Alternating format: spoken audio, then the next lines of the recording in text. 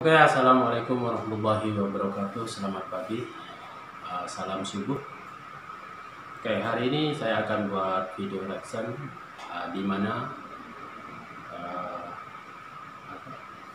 perdebatan sengit antara ketua PPNU dengan kader-kader warga Nahdliyin.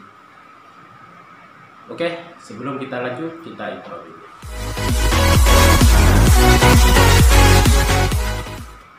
Oke, jom simak ini videonya.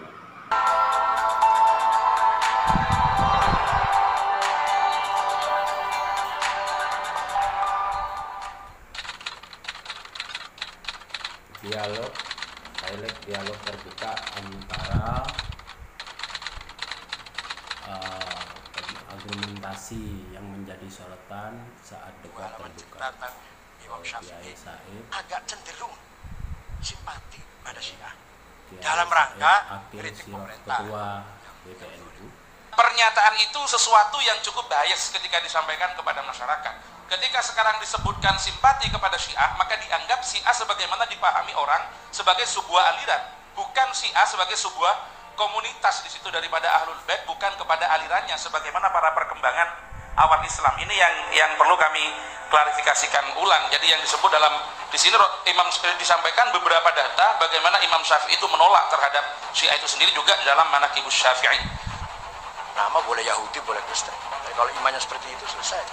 Sehingga semuanya adalah Islam. Tapi nggak usah menggunakan label Islam, nggak apa-apa. Yang penting nilainya Islam.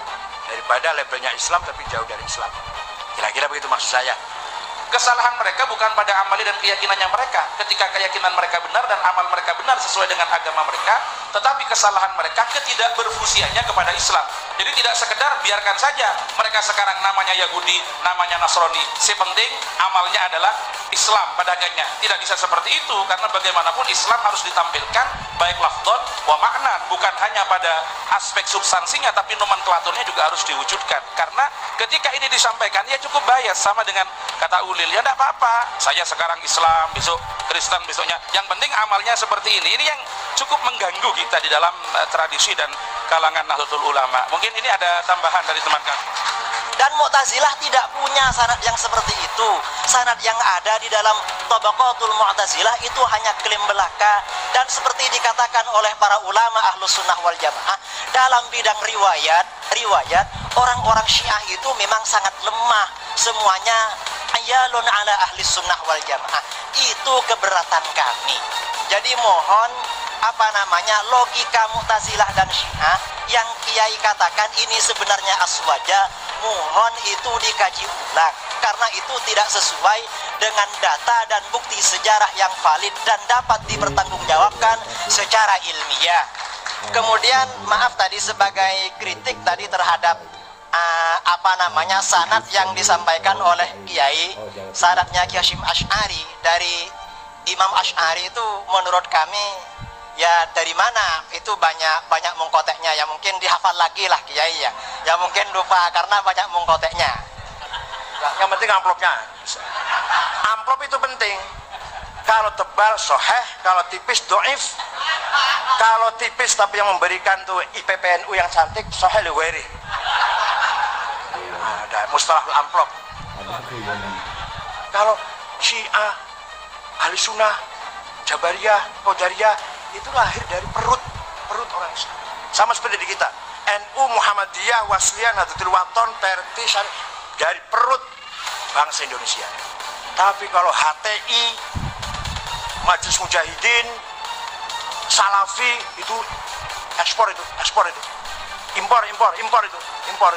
Kiai Haji Said Akil itu memflorkan bahwa ini semua dari perut Islam, tetapi kan harus diperjelas agar orang awam itu bisa mampu mencerna dengan baik mana ajaran benar, mana yang tidak. Persalahan itu masalah elit, bahwa itu tidak boleh dikafirkan itu elit, tetapi saya mohon ada ungkapan-ungkapan yang dipahami secara awam bahwa ahli sunnah lah yang benar itu. Kalau memang buku yang tulis oleh Bapak Ustadz atau Kiai Haji Said